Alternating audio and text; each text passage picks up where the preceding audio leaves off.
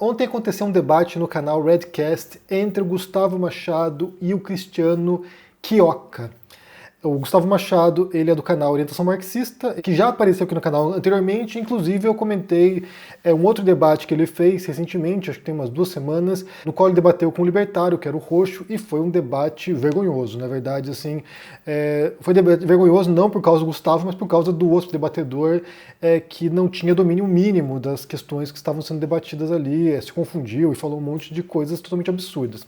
Esse debate agora com o Quioca foi um pouco melhor porque o Cristiano domina mais o assunto, né, aparentemente, domina mais a teoria libertária, ele é um anarcapitalista, né, um ANCAP, então ele estava mais respaldado dentro da teoria, da visão que ele defende, e aí ele conseguiu defender melhor a posição dele, por mais excêntrica que seja. Mas o fato é que o debate, que perdurou por quase 3 horas, mais uma vez repete um padrão que é muito habitual dos debates que a gente observa por aí, e eu quero falar um pouquinho sobre esse padrão e sobre um ponto particular, que foi o ponto talvez central da divergência entre os dois, e que torna irreconciliável qualquer tipo de comunicação entre os dois, né? Qualquer tipo de conciliação teórica entre os dois, porque é o ponto central ali da divergência, né? Então o que aconteceu foi o seguinte: você tem ali duas posições que são bastante distintas, embora um dos objetivos finais seja semelhante. Tanto comunistas quanto ANCAPs, quanto anarcapitalistas, eles defendem o fim do Estado por razões distintas, mas entendem que o Estado é essa força de opressão, entendem que o Estado é aquilo que subjuga as pessoas. De um lado, você tem, na visão marxista, na visão comunista, o Estado como uma ferramenta, ou como um suporte do capitalismo, dos capitalistas, para manter a força capitalista dominando, né, e prosseguindo na exploração da classe trabalhadora, enquanto que para os ANCAPs é o Estado que obstrui ou que controla o capitalismo, de modo que o capitalismo não possa atingir sua máxima potencialidade e, desse modo, permitir com que os cidadãos sejam livres. Então são visões distintas. De um lado é o Estado a serviço do capitalismo, de outro lado é o Estado impedindo o capitalismo real, né? Um deseja o fim do capitalismo e o outro deseja a agudização ou a máxima expansão do capitalismo. E aí o objetivo ou o meio para atingir essa finalidade seria o fim do Estado, num caso levando ao fim da luta de classes, e no outro caso permitindo a liberdade das pessoas. Então, você tem visões muito distintas, o que leva ao fenômeno bastante recorrente nesses debates que a gente observa, né, e que não são de hoje, na verdade. Eu não posso dizer que são debates das redes sociais que levam a esse tipo de impasse ou esse tipo de dificuldade, mas é um problema histórico dos debates, né? Quando Schopenhauer escreve sobre os debates, ele fala sobre isso. Quando, os gregos criticavam o formato do debate, também falavam sobre isso. E aí o que você tem aqui é uma ausência de solo comum conceitual, é uma ausência de solo comum teórico, de modo que o que cada um fala está, inserido e faz sentido dentro da sua visão teórica da realidade, da sua visão de mundo, mas não faz menor sentido para o interlocutor, não faz menor sentido para quem está debatendo com você. E aí vocês estão falando linguagens bastante distintas, de modo a tentar compreender a realidade e defender a sua agenda, né, defender aquilo que você entende que seria o melhor para o mundo, mas sem grande comunicação entre as duas partes.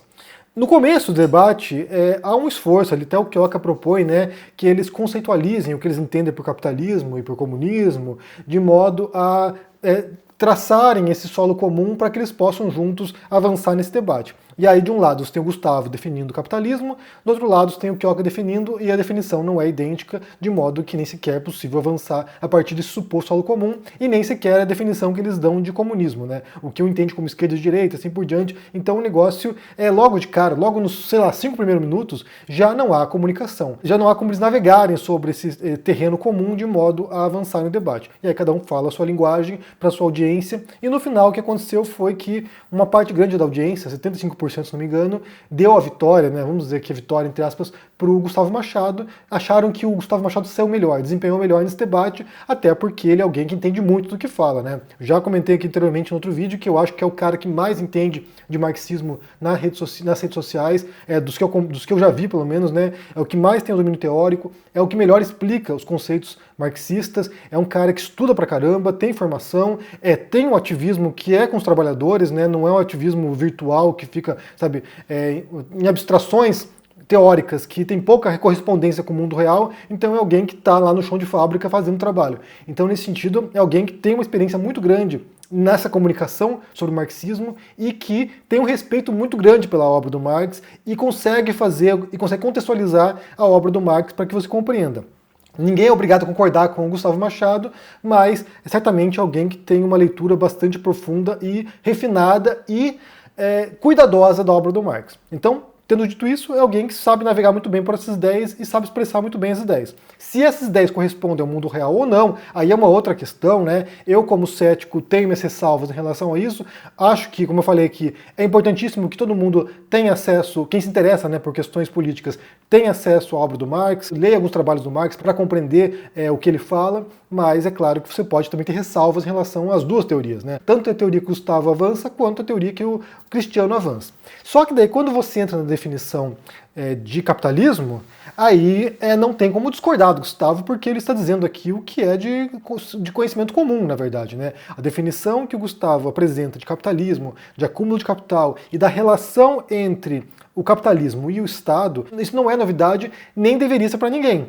O fato é que, mesmo autores que não são marxistas, que nem sequer são de esquerda, retraçam essa relação entre Estado e capitalismo. Nem sempre foi assim, na verdade, né?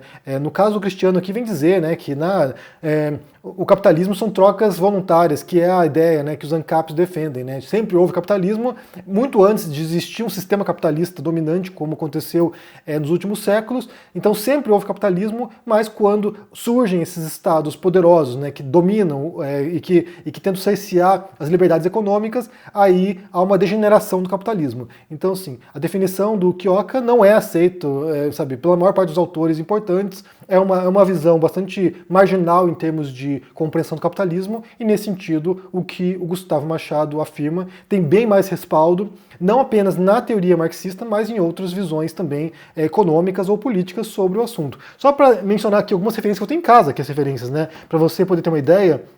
Aqui tem esse trabalho aqui, que é considerado um dos melhores livros sobre a história do capitalismo, que chama Relentless Revolution. A autora é a Joyce Appleby. O Appleby, não sei, Appleby deve ser. E aí esse livro aqui retrata a história do capitalismo, né, mostrando os processos que foram se dando, Revolução Industrial e assim por diante. E aqui é claro que você pode perceber a relação que se dá entre os estados, entre o Estado, né, e o sistema capitalista. Nem sempre foi assim, obviamente, né, nem sempre foi assim. Inclusive ela menciona que no começo, quando os capitalistas começam a fazer seus empreendimentos, houve resistência do Estado, e isso pouco a pouco foi sendo superado. Tanto que os primeiros capitalistas, por exemplo, né, eu morei em Manchester, que foi um dos berços da Revolução Industrial, os capitalistas, os industriais de Manchester, ou de Lancashire, que é a região ali de Manchester, os industriais daquela região, eles mesmos construíam as estradas de ferro para poder levar até o porto de Liverpool, eles mesmos construíram um canal para levar a mercadoria pelo canal até Liverpool, para facilitar as operações deles e lucrarem mais. O Estado só entra depois, começa a nacionalizar as ferrovias, e aí, já tendo em vista os interesses da nação, entre aspas, né, vou botar da nação aqui, mas os interesses comerciais do país, que favorecia, sim, os capitalistas. Então, assim, por mais que no começo houvesse uma reação, a gente pode pensar de monarquias, né, absolutistas, houvesse uma reação negativa de alguns países em relação a essa revolução industrial e esses capitalistas que estavam angariando muito poder e dinheiro, houve uma reação inicial, mas depois há uma simbiose entre Estado e capitalismo que se torna, inquestionável. E aí, se você pega, por exemplo, esse livro aqui do Stiglitz, que é um autor ganhador do Prêmio Nobel de Economia, o título é O Preço da Desigualdade, ele vai mostrando aqui essa relação entre Estado e capitalismo e os vários momentos quando o Estado foi obrigado a intervir de maneira bastante agressiva na economia, de modo a preservar as empresas, o comércio, o mercado. Basta pensar em 2008, quando houve uma crise profunda financeira no mundo, que foi a crise lá dos Estados Unidos, né, do subprime, que as financeiras estavam fazendo empréstimos podres para o mercado imobiliário, estourou a bolha imobiliária dos Estados Unidos, isso levou a uma quebradeira geral. O governo norte-americano teve que injetar uma grana violenta, acho que foi quase $1 trilhão, para salvar bancos e salvar financeiras. Então, assim, o Estado foi fundamental para que não houvesse uma crise econômica avassaladora, talvez até pior do que a crise de 29, de modo a... Então o Estado tem um enorme interesse que a economia continue funcionando, embora haja regulamentações, isso aí também faz parte da simbiose entre Estado e capitalismo. Quem fala muito sobre isso aqui é um autor sul-coreano chamado Ha Jong-chang, tem um livro dele que se chama 23 coisas que não nos contaram sobre capitalismo, que ele vai falando sobre como a economia sul-coreana, ela prosperou e ela se tornou uma potência, sabe, científica, uma potência tecnológica, uma potência econômica, graças à profunda intervenção estatal na economia, e aí favorecendo, obviamente, o capitalismo, os capitalistas e a indústria. Então, assim, essa, como eu falei, é uma relação que é conhecida, não é, sabe, não faz parte de teorias excêntricas, marginais, exóticas. Aqui é teoria econômica mainstream. Aqui são autores que são premiados, autores ganhadores do Nobel, né? Basta pensar também nesse livro aqui, que os autores ganharam esse ano o Nobel de Economia, que é o Acemoglu e o Robinson. Esse livro chama em português Por que as Nações Fracassam? Eles nem sequer são de esquerda. E aqui eles falam sobre isso, né? Até separei um trecho aqui do livro no qual ele fala sobre a relação entre o mercado e o Estado. Diz o seguinte aqui, olha. Max Weber proporcionou a mais famosa e mais amplamente aceita definição do Estado, identificando o Estado com aquela instância que detém o monopólio legítimo da violência numa sociedade. Sem tal monopólio e sem o grau de centralização que isso exige, o Estado não pode desempenhar seu papel de exercer a lei e a ordem, muito menos providenciar serviços públicos e encorajar e regulamentar a atividade econômica. Quando o Estado fracassa em alcançar o mínimo de centralização política, a sociedade, cedo ou tarde, desaba para o caos, como aconteceu na Somália, que ele está usando os casos de alguns países que fracassaram, né, politicamente e economicamente.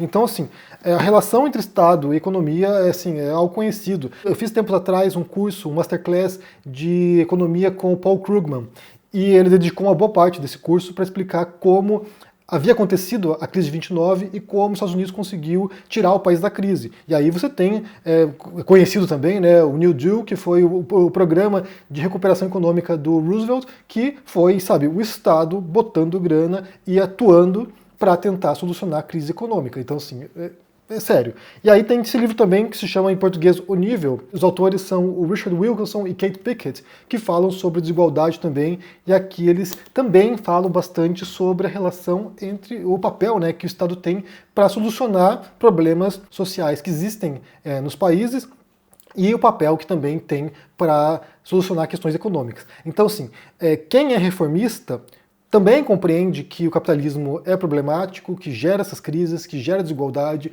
que as pessoas sofrem por causa do capitalismo selvagem, mas na contramão do que entendem ANCAPs ou comunistas, não acham que o Estado é o vilão, acham que o Estado deveria ser um aliado para tentar regulamentar o mercado, redistribuir riqueza, de modo a reduzir a desigualdade. Então isso aqui é a lógica desse livro aqui, O Nível, é a lógica do Stiglitz também, e em grande parte também é a lógica do Robinson e do Acemoglu, que ganharam o Nobel esse ano. Então assim, você tem autores que estão trabalhando com a visão de que o Estado tem esse papel sim de controlar as piores tendências do capitalismo. Quem é marxista, quem é comunista, acha que isso não é possível, que entende que o capitalismo não tem solução, possui contradições, sabe, inextinguíveis, e que sempre vai gerar essas crises, e que sempre vai explorar a mão de obra trabalhadora, e que sempre vai gerar pobreza. Então, sim, são visões distintas. Quem é reformista tende a entender que é possível, sim, no interior do sistema melhorar. Então, assim, só para ressaltar esse ponto, que seria um ponto pacífico nessa história, né? Embora o Kioka não concorde com uma visão baseada nos autores austríacos, né, aqui Mises, então ele não aceita essa visão, mas a visão dele é que é marginal nessa questão, a visão dele é que é excêntrica nessa questão, porque aquilo que Gustavo Machado está dizendo, pelo menos em relação à simbiose entre Estado e capitalismo, isso é de conhecimento geral e é uma visão compartilhada, como eu falei, não apenas por marxistas, mas por qualquer economista sério que se dedica a essa questão e que compreende o papel que os Estados desempenham em crise econômica. Como eu falei, o exemplo de 2008 é isso, né? Você tem ali uma crise econômica profunda que começa nos Estados Unidos, depois se alastra pelo mundo, e o papel dos Estados para tentar solucionar isso, para ajudar os bancos, para ajudar as empresas, para tentar salvar, né, a economia, foi fundamental para que não houvesse uma quebradeira geral e uma crise muito mais profunda e duradoura do que foi. Então, é uma questão aqui que nem sequer está sendo posta em dúvida para quem entende desse assunto. Não é minha especialidade, aqui eu estou me fiando nos autores que eu li, naquilo que eu já vi, mas certamente me parece uma questão aí bastante pacífica sobre isso. De qualquer modo, o debate dessa vez foi um pouquinho mais interessante, um pouquinho menos grotesco do que o primeiro, porque o Kioka se saiu um pouco melhor, mas mesmo assim demonstra esse formato de debate no qual as duas partes simplesmente não falam a mesma linguagem e não há comunicação, né? Então, assim, um está fechado numa visão, o outro em outra, e isso não avança em nada, na verdade, né? Talvez os espectadores ali que deram a vitória para o Gustavo já sejam seguidores do Gustavo, que foram lá para acompanhar esse debate, talvez já sejam marxistas, estão interessados nessa questão, então já pode haver um viés ali nesse ponto, ou pode ser que de fato as pessoas foram convencidas, pessoas que não tinham nenhuma posição anterior sobre isso e que foram convencidas pelos argumentos. Eu acho difícil, eu acho, pensando nos padrões que a gente observa por aí, as pessoas já tinham sua predileção e só reforçaram aquilo que elas já acreditavam anteriormente. Bem, o que vocês pensam sobre isso, sobre os formatos do debate, né, sobre essa ausência de solo comum nessas questões que são fundamentais? São questões de visão de mundo, questões ideológicas muitas vezes, né? Você pode ter elementos que se fiam mais ou menos na realidade, que você pode observar a realidade e extrair essas conclusões, mas no geral se trata de um grande corpo de teoria no qual os debatedores estão inseridos e isso impede a comunicação entre os dois. Eles estavam lá de maneira muito civilizada, conversando, perguntando um para o outro, mas no fim das contas são visões encasteladas e que há pouca chance de um convencer o outro de que tem razão e o outro está errado, né? E aí você parte de um outro princípio essencial da ética do debate, é de que se há duas posições distintas, né, antagônicas sobre um assunto, os dois não podem estar certos. Ou um está certo e o outro está errado, ou os dois estão errados, né? Então é isso. Diga o que vocês pensam aqui sobre esse assunto, deixa aqui embaixo no comentário, deixa o joinha, se inscreva no canal aqui, ativando o sininho, isso é muito importante para ajudar aqui no engajamento, se torne um membro da Nova Força e se cuide por aí. Um forte abraço e até mais. Tchau!